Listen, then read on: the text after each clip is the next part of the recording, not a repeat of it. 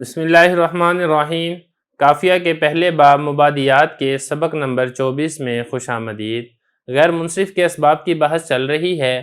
آج کے سبق میں ہم غیر منصرف کا سبب ترکیب پڑھیں گے۔ اب عبارت دیکھ لیں۔ الترکیب شرطہ العلمیۃ وَأَلَّا يَكُونَ بِإِضَافَةٍ وَلَا إِسْنَادٍ مثل بَعْلَبَکَّ۔ ترجمہ: ترکیب اس کی شرط یہ ہے کہ علم ہو اور یہ کہ وہ اضافت کے ساتھ اور اسناد کے ساتھ نہ ہو، جیسا کہ بعلبکہ۔ عبارت بھی ہم نے پڑھ لی ہے، ترجمہ بھی ہم نے پڑھ دیا ہے۔ اب چلتے ہیں اس کی تشریح کی طرف۔ دیکھیں یہاں سے ترکیب کے متعلق بتا رہے ہیں کہ ترکیب غیر منصرف کا سبب بنتا ہے۔ اب ترکیب کہتے کس کو ہیں؟ دیکھیں ترکیب کا جو لغوی معنی ہے، اس کا معنی ہے جوڑنا اور ملانا، اور علماء نحو کے نزدیک ترکیب کہتے ہیں هو جعل الکلمتین کلمۃ واحدۃ بغیر حرفیۃ احد الجزئین، یعنی وہ اسم جس میں دو کلموں کو ملا کر ایک بنا دیا گیا ہو بغیر اس کے کہ ان دونوں کلموں میں سے کوئی ایک حرف ہو۔ یہ ترکیب کی اصطلاحی تعریف ہے۔ اب دوسری بات آگے حضرت نے یہ فرمائی ہے کہ ترکیب یہ غیر منصرف کا سبب بنے گا، لیکن اس کے لیے کچھ شرائط ہیں۔ اب وہ شرائط کیا ہیں؟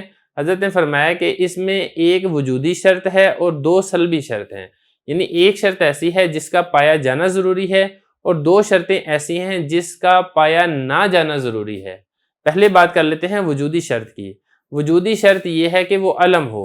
اگر ترکیب ہے لیکن وہ علم نہیں ہے تو پھر یہ غیر منصرف کا سبب نہیں بنے گی۔ اور سلبی شرطیں دو ہیں، یعنی دو چیزیں ایسی ہیں جس کا نہ پایا جانا یہ ضروری ہے۔ اگر ایک بھی پائی جائے گی ان دونوں میں سے تو پھر ترکیب غیر منصرف کا سبب نہیں بنے گی۔ اب وہ دو شرطیں کون سی ہیں؟ ان میں سے ایک ہے کہ وہ لفظ مرکب اضافی نہ ہو، جیسے غلام و زیدن، اور دوسری شرط ہے کہ وہ مرکب اسنادی بھی نہ ہو، جیسے تعبد شرن اور شابہ کرناہا۔ اب اضافت والی مثال ہے غلام و زیدن۔ یہ حضرت نے شرط کیوں لگائی ہے؟ دیکھیں یہ شرط اس لیے لگائی ہے کیونکہ اضافت ایسی چیز ہے جو غیر منصرف کو منصرف بنا دیتی ہے، اگرچہ اس میں بعد میں اختلاف ہے، بعض حضرات کے نزدیک منصرف بنتا ہے، بعض حضرات کے نزدیک منصرف نہیں بنتا، لیکن اضافت بہرحال چیز ایسی ہے جس سے غیر منصرف بھی منصرف بن جاتا ہے۔ تو اس لیے ترکیب کے اندر یہ ضروری ہے کہ اس میں اضافت نہ ہو، مضاف مضاف الیہ نہ ہو۔ اگر وہ مضاف مضاف الیہ ہے تو پھر یہ غیر منصرف کا سبب نہیں بنے گی۔